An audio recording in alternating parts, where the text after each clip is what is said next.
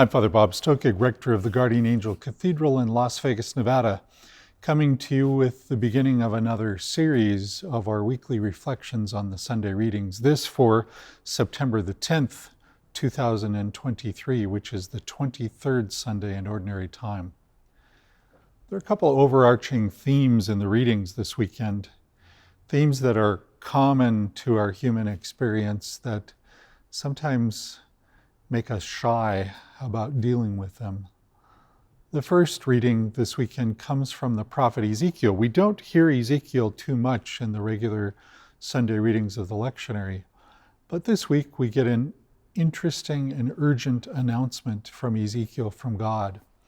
That is, while individuals will be held accountable for whatever wrongs they commit, those who don't try to speak to persuade them against those wrongs also have some culpability.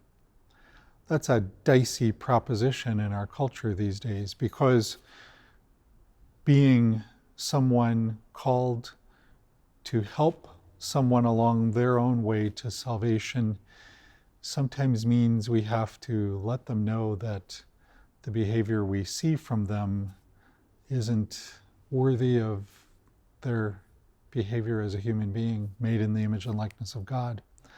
Delicate line, but even more so, the second reading reminds us, or rather the gospel reminds us of our need to pursue reconciliation. And that's another tough thing for most human beings that I know. We have a hard time forgiving. Sometimes we even nurse and nurture our grudges when we have been wronged.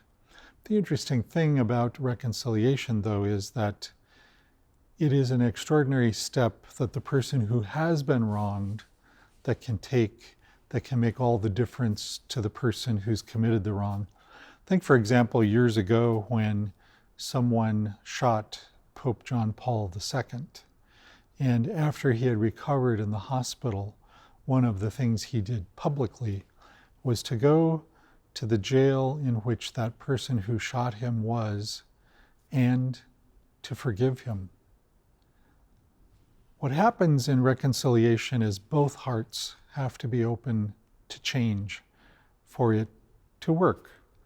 But sometimes the heart of the person who has been wronged, reaching out first in that process, can make all the difference in making that rupture heal. So I invite you this week, as we pursue these readings, to think about a couple things in your life. One, who are the people against whom you have grudges? And what are you willing to do to be a person who might make the first step in repairing that relationship?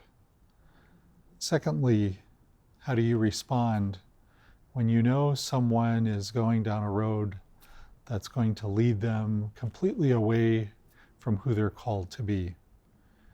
Those are both difficult and delicate questions.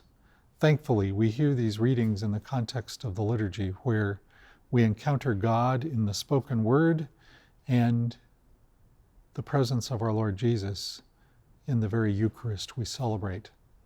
That grace is what can give us the courage to move from where we are to where we're called to be. Wherever you are as you listen to this reflection, we hope you and your family are well. We want you to know that here at the Guardian Angel Cathedral, we keep you and them in our prayers, and we invite you to pray for the cathedral community here. If you're visiting Las Vegas, we especially invite you to visit us as a part of your journey. Until the time we can see each other face to face, we'll keep each other in prayer and look for you someday to be with us here at the Guardian Angel Cathedral in Las Vegas.